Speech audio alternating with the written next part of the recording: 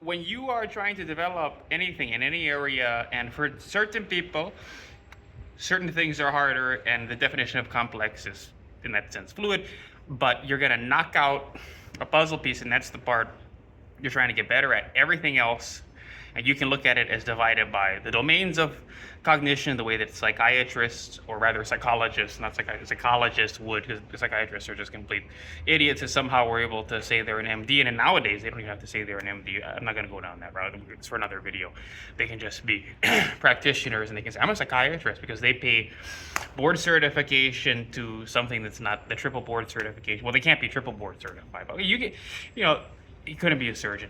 Couldn't save anybody's life for shit. Wouldn't know what to do if you had a patient that was unstable. Cut the person open. The spleen has ruptured, and you know what to do, how to put the paddles on the heart when the whole chest cavity is open. The person can't save a life for shit. He couldn't even be a paramedic. And I'm a psychiatrist. Psychiatry. You can't tell them psychiatry.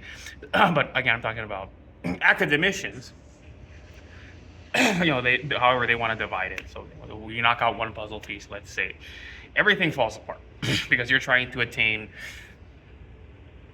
mastery in a certain area, and then things start to come together as you hold that area, you know, at a very high. And you talk about, you know, New Age spirituality and Michael Bernard Beckwith. You can use that analogy that, you know, we have a high vibrational state.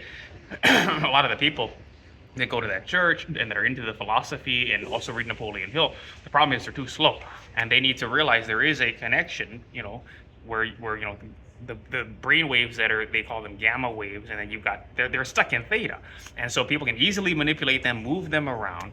I do believe that when you measure brain waves on EEG, you go from you know, through these phases, and gamma is the highest one. And there's actually, it's right there in the Wikipedia page, like I was talking about. It says that's associated with psychic ability. And I do believe it is, because you're more connected to the ultimate highest vibrational state. But at the same time, if that's the power in you, you have that kind of power over people that are stuck in the dream, which is, you know, theta hertz and you know, deltas, light asleep. So you're trying to, you know, hold that state of vibration, and that's why neurofeedback actually is incredibly helpful. I wish I could put a cap on my brain and look at a screen in front of me and try to, you know, hold a high vibrational state and keep that wave above a certain line, and it does help. And it's exercise worth doing, and it costs money. I need money, rental income. You know, that we don't need drugs to keep you in a dream. You know, just like the muscles atrophy, so does the brain. and people say, no. These drugs are neuroprotective. They're not going to give you dementia, like conspiracy theorists. They are going to give you dementia, and they're not neuroprotective. They're the opposite.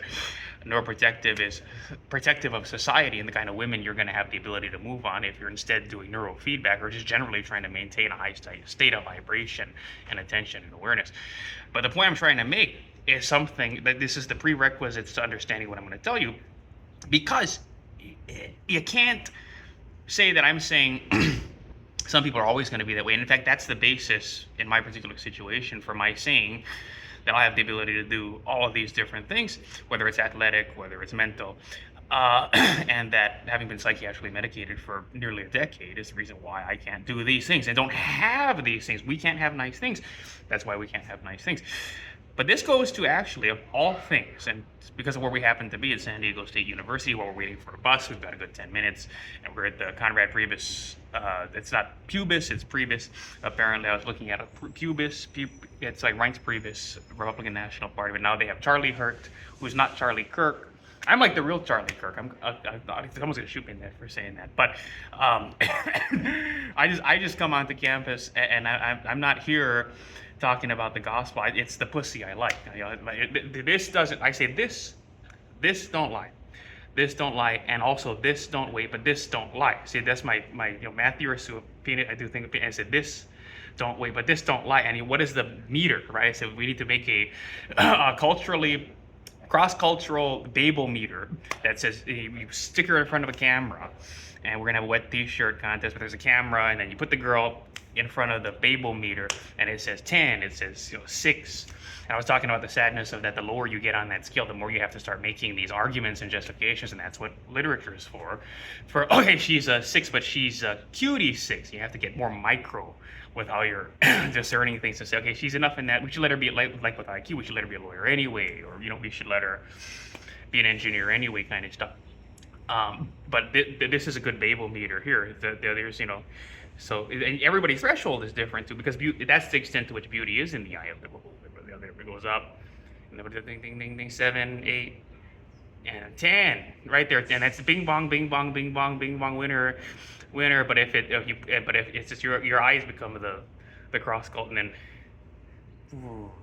it's not floating the boat. But sometimes someone will have the boat floated by that. There's a lot to be gleaned from it. But I do digress. Broadcasting. People that study broadcast journalism, and there's this hot news anchor.